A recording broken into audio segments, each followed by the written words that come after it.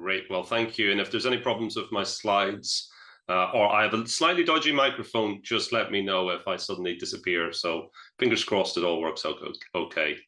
So yeah, today I'm giving you some updates in dementia with Lewy bodies, and I think that segues in nicely with the last presentation. So in essence, the focus of what I'm going to be covering today is essentially two elements: diagnosis and biomarkers, and also treatment. Before delving into that, I thought it would be appropriate to take a step back and discuss something with regard to the nomenclature. And this is something which I'm going to return to a little bit later on, because it can be a little bit confusing when one starts to think about the Lewy body spectrum, dementia with Lewy bodies, Parkinson's disease, dementia, Lewy body disease, etc. So I think that this is perhaps a way to help frame things, in that we have dementia with Lewy bodies, and then we also have Parkinson's disease dementia. And both these sit under the umbrella term of Lewy body disease, which is typified by the presence of Lewy bodies. And it's the positioning of those Lewy bodies within the brain, within the brainstem, which then influences the phenotype which is evidenced. And the core pathology, of course, is misfolded alpha-synuclein. Now, both DLB and PDD are different points probably on a Lewy body dementia spectrum. And there's a somewhat arbitrary split between these two conditions on the basis of the 1-year rule. Whereas in Parkinson's disease dementia, you have the dementia starting 1 year or more after well-established Parkinson's disease. Whereas in DLB, the dementia occurs before or concurrently with the Parkinsonism, or certainly within 1 year of the onset of the motor symptoms. However, we know clinically that many of our patients sort of sit in this interface space, and it's not entirely clear. And again, I'm going to come back to this point a little bit later on with regard to the nomenclature, because there's been quite a lot of rapid changes recently in the field in regard to this. So, sorry, apologies, just to say the focus primarily today is going to be on dementia with Lewy bodies, but a lot of what I do cover also has salience with regard to PDD. So many of you may be familiar, and this is more just a sort of an aide-memoire to you regarding the clinical diagnostic criteria for DLB. These are sometimes referred to as the McKeith criteria, published in Neurology in 2007. So to make a diagnosis of DLB, clearly you have to have a dementia where you've got a progressive cognitive decline, which is interfering with normal social occupational functions, or ADLs. You have cognitive impairment, not necessarily memory in all cases, although it's usually evident with progression, but you're more likely to also see deficits in attention, executive function, and visual perceptual ability. And this may occur early on and be quite prominent. Now, when one is looking at the diagnostic criteria, you have core clinical features, supportive clinical features, and as we've been hearing, also biomarkers, which include imaging, indicative biomarkers, and supportive biomarkers. Now, because it's a clinical diagnosis, we can only say that it's probable or possible. You have to go to postmortem to make a definitive diagnosis.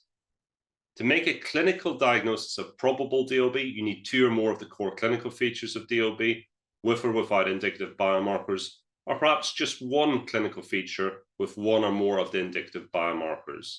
And it's important to say that probable DLB should not be diagnosed in biomarkers alone. Possible DLB is a broader concept, where you may only have 1 core clinical feature of DLB present with no indicative biomarkers, or you've got 1 or more of the indicative biomarkers present, but no core clinical features.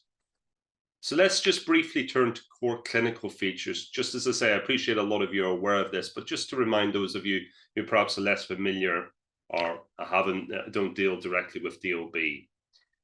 There's 4 core clinical features: fluctuating cognition and attention, visual hallucinations, Parkinsonism, and REM sleep behavior disorder. In regard to fluctuating cognition and attention, this is the marked variation around a cognitive baseline that we see evidenced in people with DLB. And it can be really quite marked, with transient interruptions in awareness, through to being sleepy, communication difficulties, looking switched off, but then at other times being very lucid and capable of task performance. This goes hand in hand with slowing of thinking, a bradophrenia, and we see these variations or oscillations in cognition on a minute-by-minute basis. You can sometimes see it in the clinical encounter, or it might be over longer periods across the day, or even across days or weeks. It can be a symptom which is quite challenging to detect, though, when it's subtle, but it occurs with a high frequency in DLB. In regard to the Parkinsonism, this tends to be, in comparison to idiopathic Parkinson's disease, more bradykinetic rather than tremor dominant. In the early stages of DLB, it's sometimes quite subtle and maybe quite mild. And certainly the criteria, the diagnostic criteria, reflect this subtlety in just requiring the presence of one of the features of Parkinson's: tremor, rigidity, or bradykinesia. Now, visual hallucinations, these often are the archetype which is put forward for a diagnosis of DLB. When we see somebody with dementia, we think about DLB if they've got hallucinations. These are complex, recurrent, typically of a biological theme where people see animals, children, or people, and often patients lack insight into the unreality of these phenomena. REM sleep behavior disorder is a feature as well. From epidemiological studies, it's been hard to garner what the prevalence of this particular symptom is, but certainly between a third to half of patients will evidence RBD, and it may become more manifest as the disease progresses. And remember, this is the loss of the normal atonia that one has during REM sleep.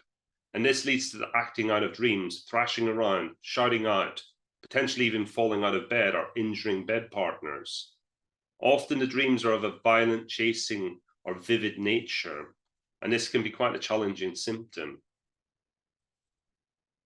Looking towards supportive clinical features, these perhaps do not have the same specificity as the core clinical features, but should raise your suspicion of a diagnosis of DLB.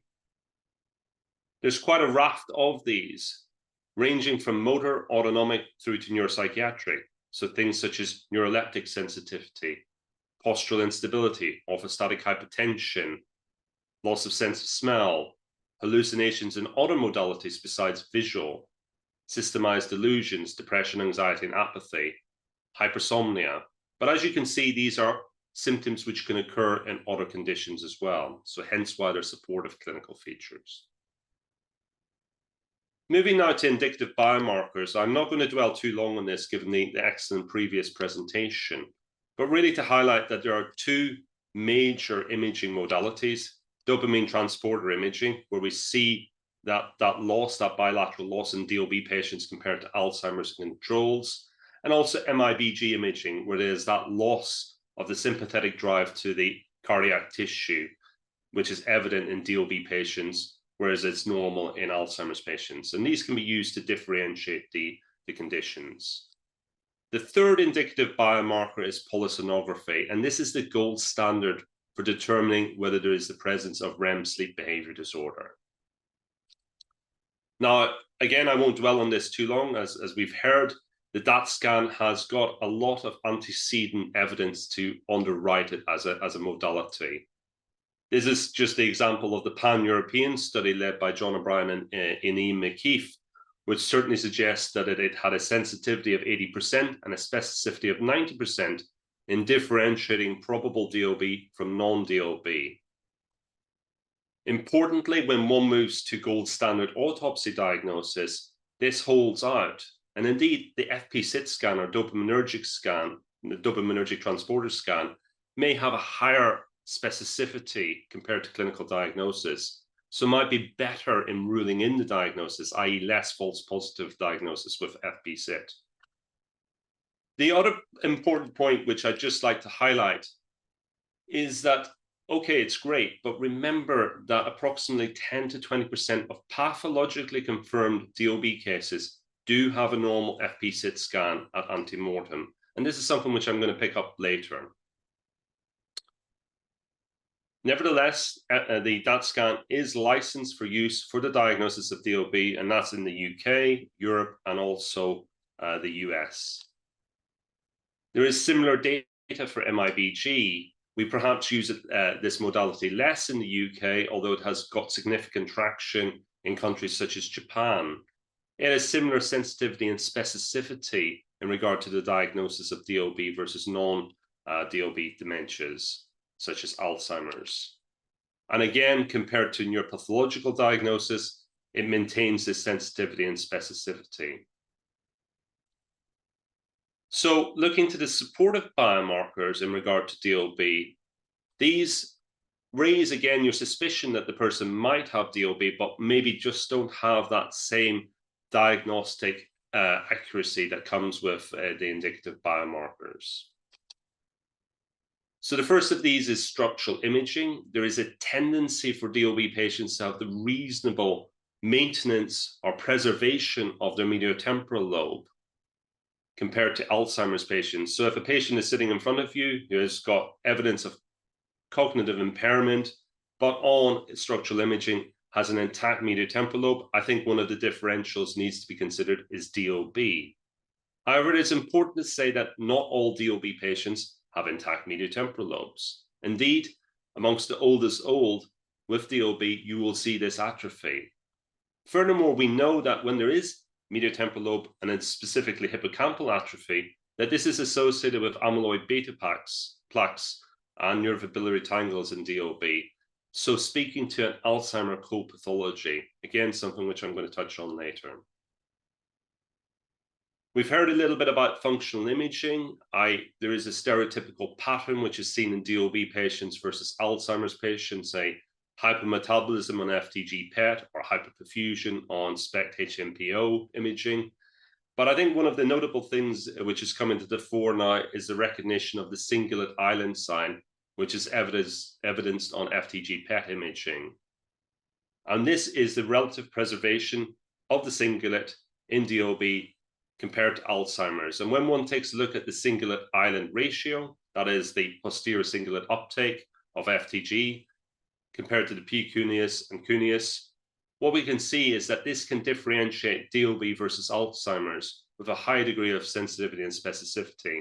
Now, it hasn't quite made it into the indicative biomarkers, but I think the evidence has been building for this modality. And certainly if you are getting FDG PET imaging scans for your patients, perhaps for other reasons, do think about taking a look at the cingulate as helping your differential workup.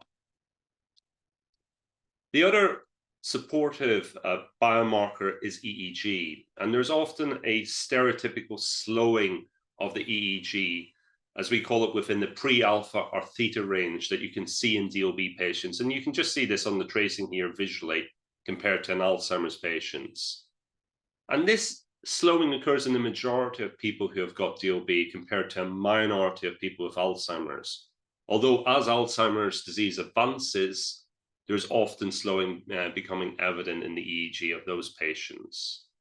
Now, it may potentially be a very good biomarker for DLB, but there's issues with regard to heterogeneity and how EEG is acquired, what features one should be looking at. Indeed, when one should be using quantitative approaches as opposed to visual rating. And there's been a lack of validation of EEG studies. So I think there's more work to establish EEG as a modality or biomarker in DLB. So I'm just going to shift gears slightly and just remind you with regard to the pathology. Lewy body pathology is probably the second most common pathology. And this is just some exemplar data to underwrite this from the Brains for Dementia Research study. You will note that people who have died with dementia post-mortem, the majority of those come away with Alzheimer pathology alone. But what we do see is that just over a quarter of cases demonstrate Lewy body pathology, either pure Lewy body pathology or mixed Lewy body and Alzheimer's pathology. So this leads to somewhat of a conundrum because, of course, clinically, we don't see a quarter of our patients having evidence of DLB. Indeed, when you take a look at clinical DLB prevalence rates, what we see is that rates are around 4 to 7%. That's a lot lower than autopsy studies. Even well-organized door-knocking studies only find that 10% of dementia cases meet criteria for probable DLB, although perhaps a broader group would fall under the rubric of possible DLB. So there's perhaps a bit of a tip of the iceberg here. Now, as part of the Diamond Lewy study, which was led by John O'Brien and which I was involved with, we wanted to take a look at the real world prevalence and diagnostic rates for DLB and non-DLB dementia. And we looked at medical case notes reviews across memory services in 5 NHS trusts in the northeast of England and East Anglia. From that, we got very similar figures to some of those other prevalence studies looking at DLB. Just under 5% of dementia subjects were diagnosed with DLB across both regions. Notably, DLB prevalence was significantly higher in the northeast. Now, you might say, oh, is there something unique about the northeast? But actually, probably the reason is to do with how services are looking and diagnosing DLB, which I'll come on to in a moment. And you can see in this bottom slide here that there's actually marked variations between services in terms of their diagnosis of DLB. So that speaks to how people are looking at DLB from a clinical perspective. We know that the use of the possible DLB diagnostic rubric is maybe not used as much as it should be. When looking at cases in East Anglia, they had to have significantly more core features before they made a diagnosis of DLB. Furthermore, they used less imaging in this region. So this may explain the difference in the prevalence of DLB between East Anglia and the northeast of England. From this study, we also identified that just over half of DLB patients had a prior diagnosis, so they were misdiagnosed. And indeed, this was actually slightly better than what was seen in the US by Jim Galvin's study, where nearly 80% of DLB patients had a misdiagnosis. It also seems to take longer to get to a DLB diagnosis compared to non-DLB dementia. And the number of structural scan tests before final diagnosis is higher in DLB compared to non-DLB, speaking to the argument that perhaps more things are needing to be done because people feel more uncertain about the case. That also chimes with the fact that they have more clinical contacts, both prior to the diagnosis and in total.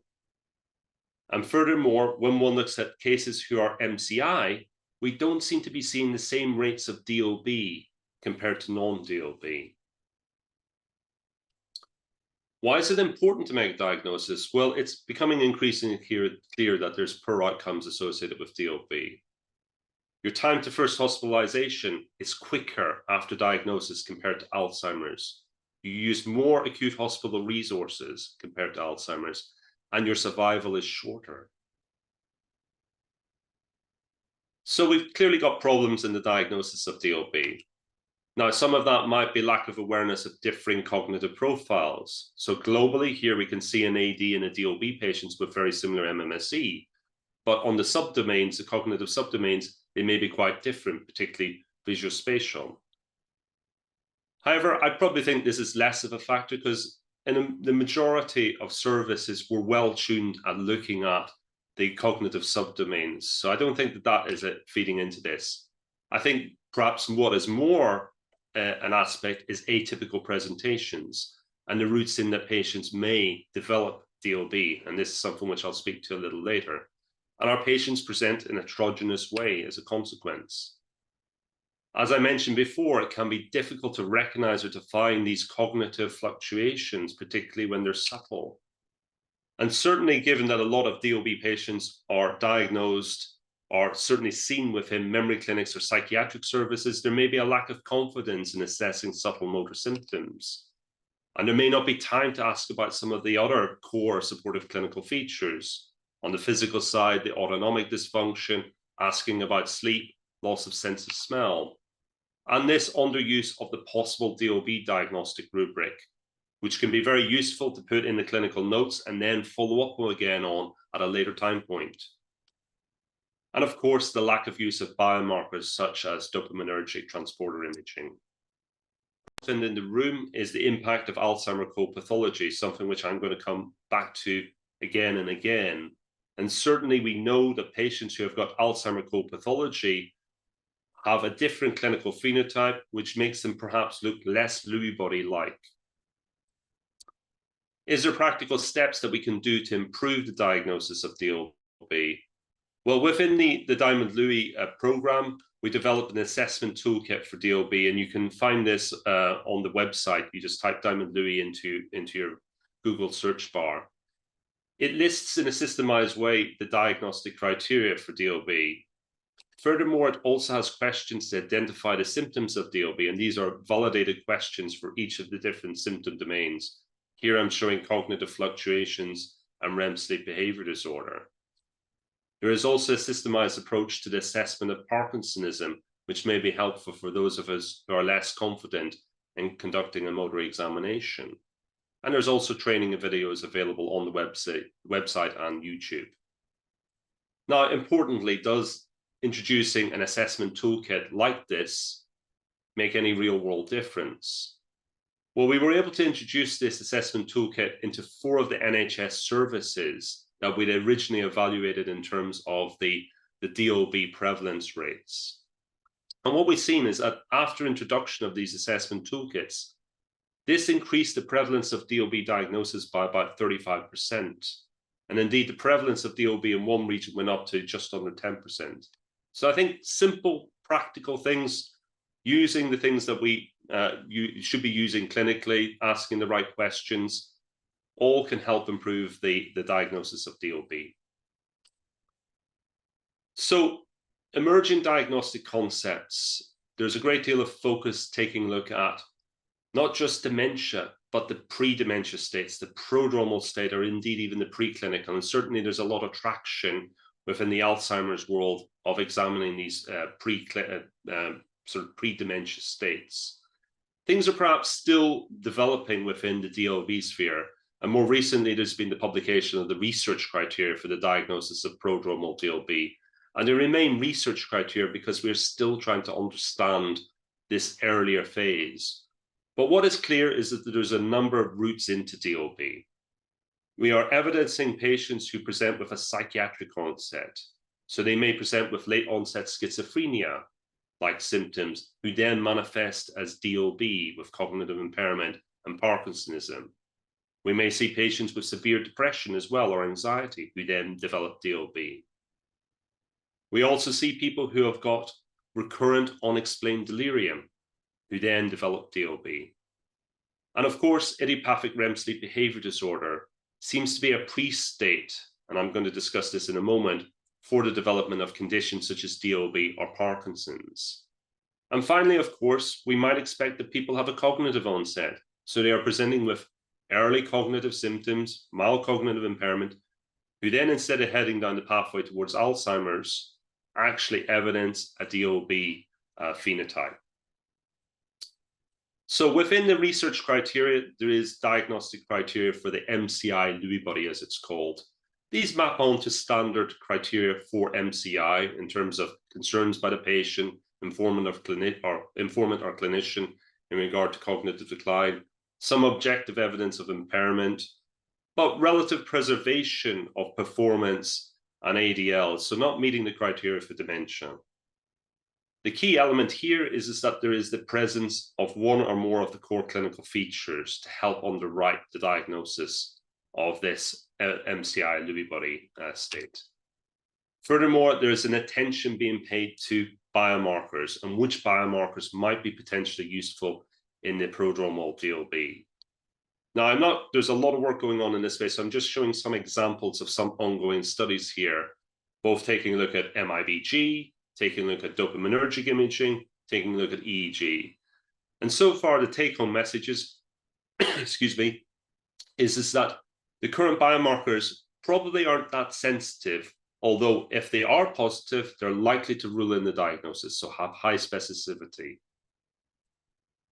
So just coming back to idiopathic REM sleep behavior disorder, it's really important to say that this really is very likely, particularly if it's PSG confirmed, that it's indicating an underlying alpha-synucleinopathy.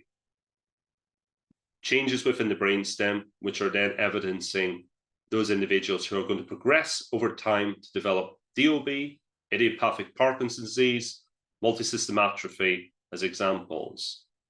So this is really quite an interesting prodromal state, and indeed, I think is potentially a hugely exciting target group for disease modification therapy. And we know that patients who have got evidence of RBD will progress to neurodegeneration over time, as evidenced in this graph here, as you can see.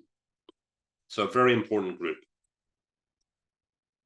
So this is leading into perhaps the next part, which I want to discuss, which is new boundaries for Lewy body disease and how things are perhaps changing.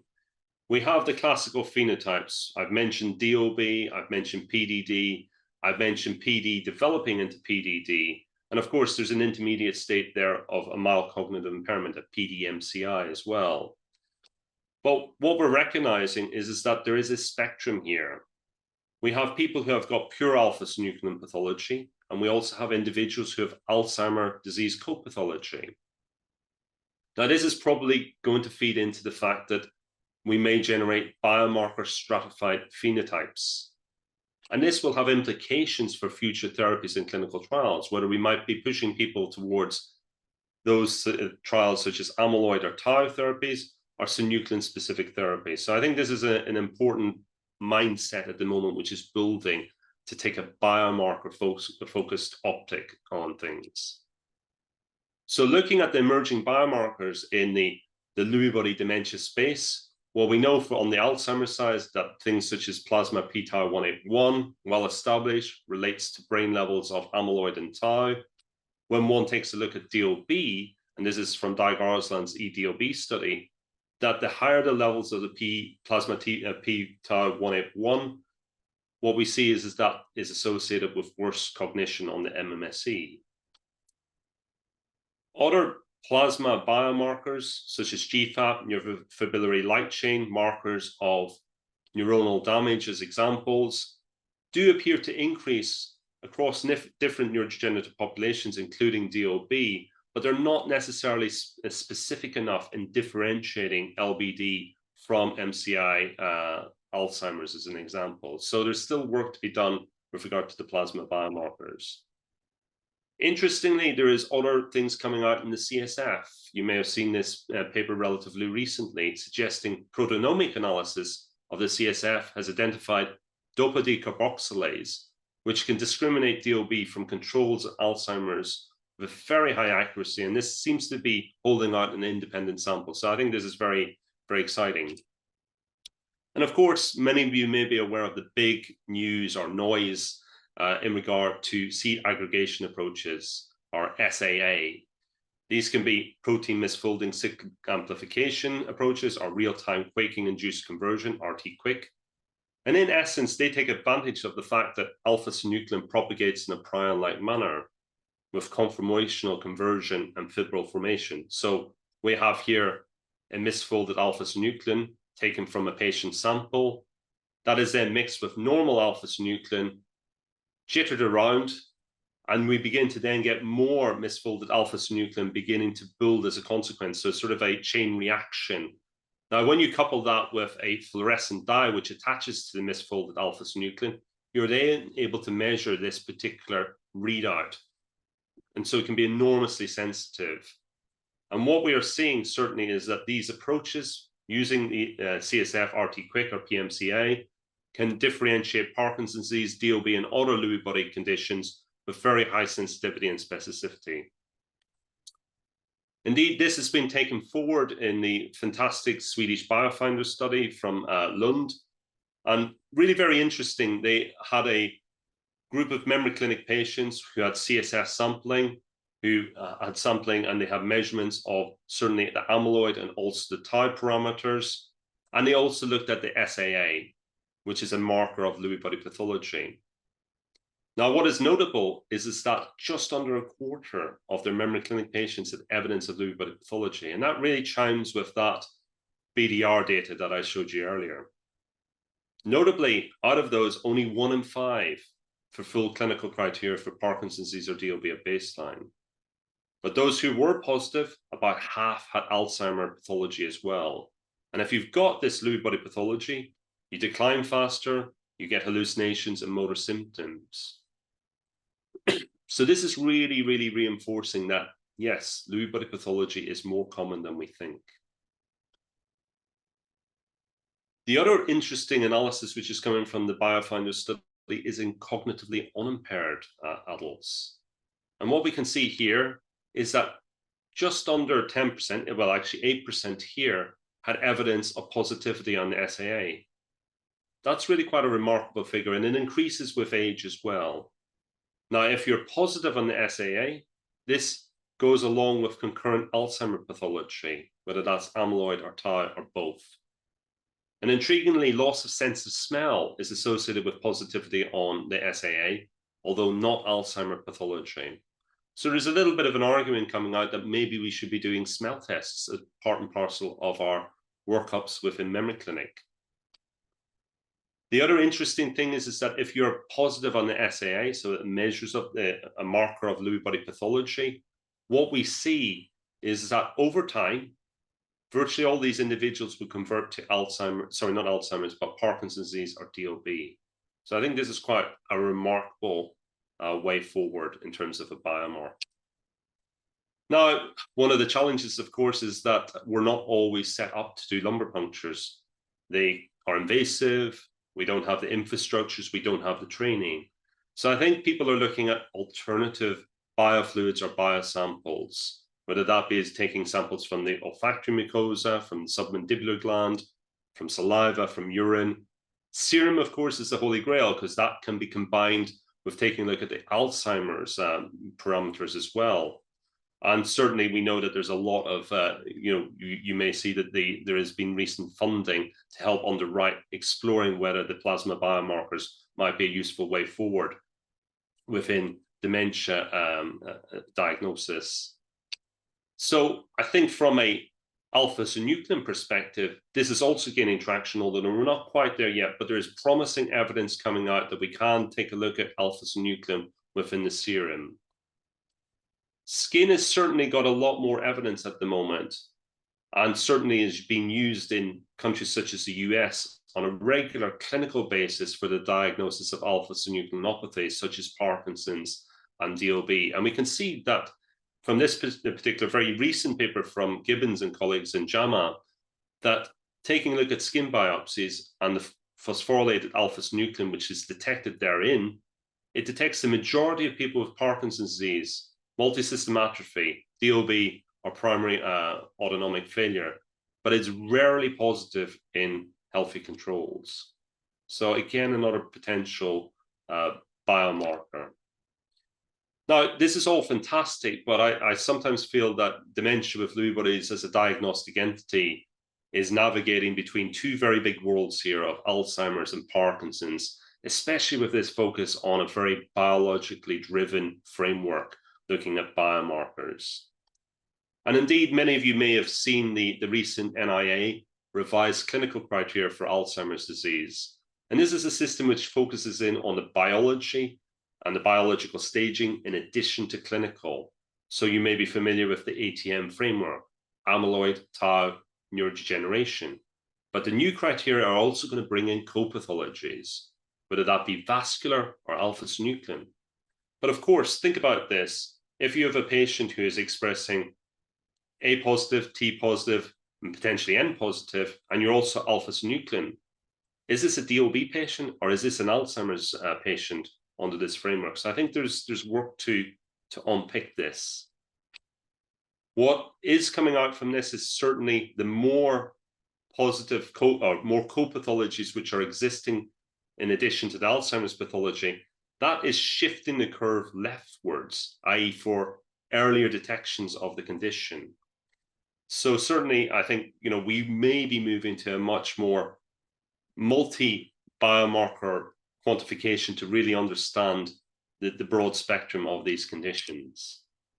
Now, on the Parkinson's side of things, there's been very recent definitions of Parkinson's disease and Lewy body-related conditions which co-opt in DOB under these frameworks. One of these is neuronal synuclein disease, and the other one is synergy. Looking at neuronal synuclein disease, this is taking a look at using that SAA approach, looking at the CSF or indeed potentially plasma. So the neuronal, looking at alpha-synuclein aggregation and using this as a marker. In addition to that, also taking a look at dopaminergic neuron degeneration. Typically dopaminergic imaging used as a measure of this. Now, immediately the challenge you might think here is that earlier slide that I showed you, that 10 to 20% of DOB patients will not have a positive scan. So how will they fit within this particular framework? So overall, I think that it's important to say that these things are coming. There is some controversies and debates of how these are going to be shaped, but I think this is a very important next step, that we might be bringing conditions together underneath a biological framework, both Parkinson's disease, DLB, also potentially REM sleep behavior disorder. So I'm just going to shift now to treatments for DLB and the future. And I think it's just to really sort of highlight that the therapeutic pipeline for DLB is heavily dominated by Alzheimer's and Parkinson's. I don't think this is a bad thing. I think we can learn what is happening in those spheres and then port it across to DLB. So I think that is good. I think what has been a challenge, and this is just a graph that we generated in collaboration with Boston Consulting Group, is that you can see across the timeline here, and I appreciate this is quite hard to read, but in the early noughties, there was very, very few trials. It's a bit of a graveyard for DLB in terms of clinical trials. But this has begun to pick up. And actually, when you take a look at the 2020s, we've got a lot of trials which are happening, which are including DLB patients. So I think the take-home message is that things are accelerating in this space, which is very optimistic and positive. So I'm just going to briefly touch on a number of treatment opportunities: symptomatic therapies, potential disease-modifying therapies, as well as also repurposing drugs from other diseases. So just looking at symptomatic therapies first. You may have heard of pimavanserin for visual hallucinations. This is a 5-HT2 inverse agonist. And this is now quite an old study from Jeff Cummings looking at Parkinson's disease psychosis, showing that it improves hallucinations and it's well tolerated. Furthermore, when you stratified this particular trial into individuals who have got high versus low MMSE, so potentially those who have got dementia, we see better effects in terms of the hallucinations in those who have got probably dementia compared to those who are perhaps cognitively better. And the effects are also greater if they're on cognitive enhancers. So I think this is very intriguing, and there's been follow-up trials looking at dementia-related psychosis, which also suggested that there was a potential benefit. And we know from that particular study that despite having a range of different dementias included in that particular trial with Clive Ballard and colleagues, there was most of the signal was being driven by Lewy body dementia cases. Our major challenge from a UK perspective is it's not licensed and it's not available, excuse me. So other agents may well be warranted. Now, you heard in the introduction, I have a particular interest in memantine, and I think memantine is a bit of a mixed bag in Lewy body dementia. There's some suggestions it might be beneficial, but the two major trials which have operated in this space have been, as I say, a mixed bag. I'm not going to dwell too long on this, but just to say that one trial showed an improvement more in Parkinson's disease dementia compared to DLB, because the other trial showed the reverse. One trial showed improvements in cognition, but not neuropsychiatric improvements, whereas it was vice versa in the other trial. The key thing is memantine seems to be well tolerated as an agent with very few dropouts from the clinical trials. So this has led on to an ongoing NIHR trial, HTA trial, which is looking at combination treatment of memantine and cholinesterase inhibitors in both DLB and also Parkinson's disease dementia. And I appreciate I had a quick look at who's joined the call, and I want to thank those of you who are helping out in this trial. So if you are interested in finding out more, do get in touch with us. I think it's important to say from the symptomatic side, don't forget vintage treatments. We know, and this is very old data now, that cholinesterase inhibitors improve cognition in LBD, neuropsychiatric symptoms, reduce caregiver burden, and are well tolerated. Building on this, and this is more recent evidence, real-world data from electronic healthcare records, is that cholinesterase inhibitors, with or without memantine, are associated with shorter duration of hospital admissions and decreased risk of mortality. So these should be first-line agents for our Lewy body dementia patients. So potential disease-modifying therapies. So this is a somewhat busy slide, but the focus here is certainly on alpha-synuclein at the moment. Whether that is to block the transcription to stop then the development of misfolded alpha-synuclein. So that is one route in.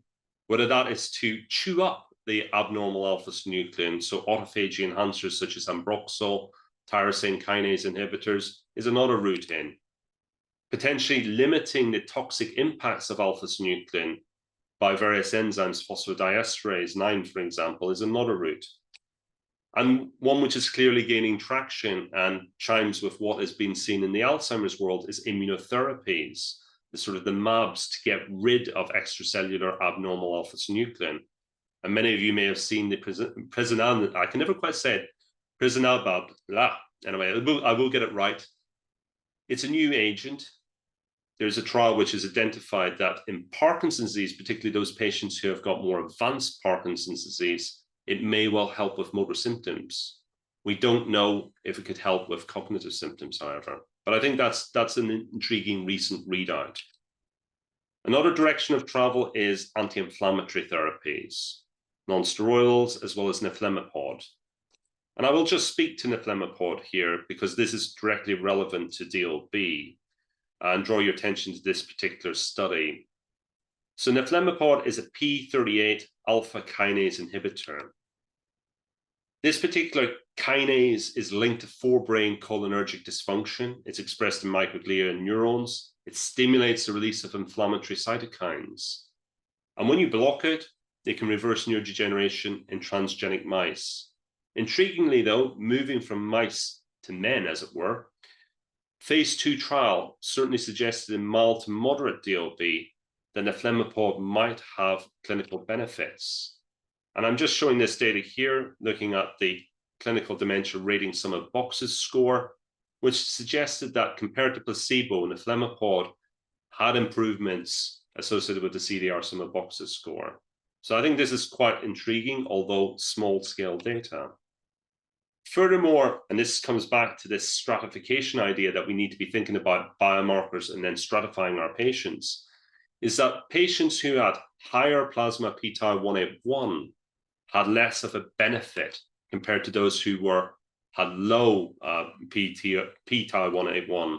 So perhaps a greater benefit in pure DLB. And certainly neflemapod has been taken forward as an international trial. The UK is involved in this as well, as a much bigger study to really identify in these more pure cases whether it is actually an efficacious agent. I think I wanted to say also some words on anti-amyloid treatments in DLB. As I've mentioned, Alzheimer's co-pathology is a big feature. It's associated with more severe disease, more medial temporal lobe atrophy, more generalized atrophy. Patients with DLB who have got Alzheimer's co-pathology have lower cognitive performance, a more rapid course, higher institutionalization, higher mortality. Now, it would be great to be trying MABs within this within the DLB population, but there has been no trials. Furthermore, we don't know yet the safety or effectiveness of these agents in more moderate to severe Alzheimer's disease, which perhaps is an equivalent disease severity to a lot of our DLB patients. Furthermore, DLB patients have a propensity to side effects to medications, and we know that this can be an issue in anti-amyloid treatments. Nevertheless, amyloid pathology tends to be a little bit more diffuse in DLB, so potentially could DLB be a better or easier target for anti-amyloid treatments? Furthermore, because we know DLB progresses a lot faster than Alzheimer's, potentially you might see a clear signal in a clinical trial as well, if there is a benefit. So certainly something for the future. What about repurposing drugs from other diseases? Well, you will know that there's advantage of repurposing drugs. They've all had extensive safety monitoring. We understand about their mechanisms. They're often off patent. That means that we can often conduct trials which are much more cost effective and abbreviate that time from the concept to actually conducting a trial. So we wanted to look at this and conducted a Delphi exercise along with a systematic review to really say, well, what agents could be repurposed into use in DLB? And we had a bit of a top of the pops here of what we felt might be sort of the areas that we would want to prioritize clinical trials. So I'm just going to show these in order. And I think really they overlap with things which would remove the alpha-synuclein, things which were associated with inflammation, things which were associated as well with the diabetes as well. So I think that was intriguing what popped out. And I'm just going to focus in on Bruxol, which was our priority agent, a mucolytic agent. It's available in Europe, but not necessarily the UK. And this increases glucocerebrosidase, which is a key enzyme for the exocytosis of lysosomes, which is again important in the autophagy pathway, which is relevant, we think, for abnormal removal of abnormal alpha-synuclein. Ambroxol penetrates the CSF. It's well tolerated. Animal data suggests it improves behavior and motor deficits in these mice models of Parkinson's disease. And we know that in cell cultures where there's taken from GBA mutations in Parkinson's disease, it can definitely improve this glucocerebrosidase activity. So this is being taken forward now, I'm very pleased to say, in a major trial in Norway called the ANID study. So that hopefully will be reading out within the next year or two. So again, a potential disease-modifying agent developed from a repurposed drug. So is there anything practical that we can be doing at the moment? I mean, you all know that DLB is a complex multi-system disease where patients have a raft of different symptoms. So as part of Diamond Lewy, we wanted to develop a management toolkit to help manage these symptoms, looking at the evidence base, conducting systematic reviews, garnering what was important to patient and caregivers, as well as also taking the view from experts. And we have developed in the Diamond Lewy toolkit this structure here where we have, and it's available online, overview summary sheets, specific summary sheets, which are the recipes for the management of different major symptom domains, such as cognition, autonomic or neuropsychiatric symptoms, as well as detailed reference guidelines, which have all the ratified statements from our Delphi panel. We've also got training videos which are available online as well. So definitely take a look at this resource if you're managing people with DLB. Does it work? Well, we evaluated this across 3 sites in the Northeast and 4 sites in East Anglia as part of a cluster design pragmatic trial. Services were randomized to either use the toolkit, we made the toolkit available to them, or carry on current practice. Now, it's a pilot study, but with that caveat, what we did see is that carers reported reduced burden and depression. And those carers also reported much less marked patient deterioration on global outcomes. So there is tentative evidence that practical approaches, doing the things that we should be doing now, do help our patients with DLB. So final slide, key take-home messages. Boundaries between DLB and Parkinson's disease and Parkinson's disease dementia are blurring. We have new staging systems which are coming along, which are focused in on the biology. We can, at the moment, probably diagnose probable DLB. Alzheimer's co-pathology is important, and there's a lot more to be done in this space. And that's going to be feeding into the fluid-based biomarkers as well, which are emerging. And from that, also, hopefully, disease-modifying treatments. So I'm going to stop there.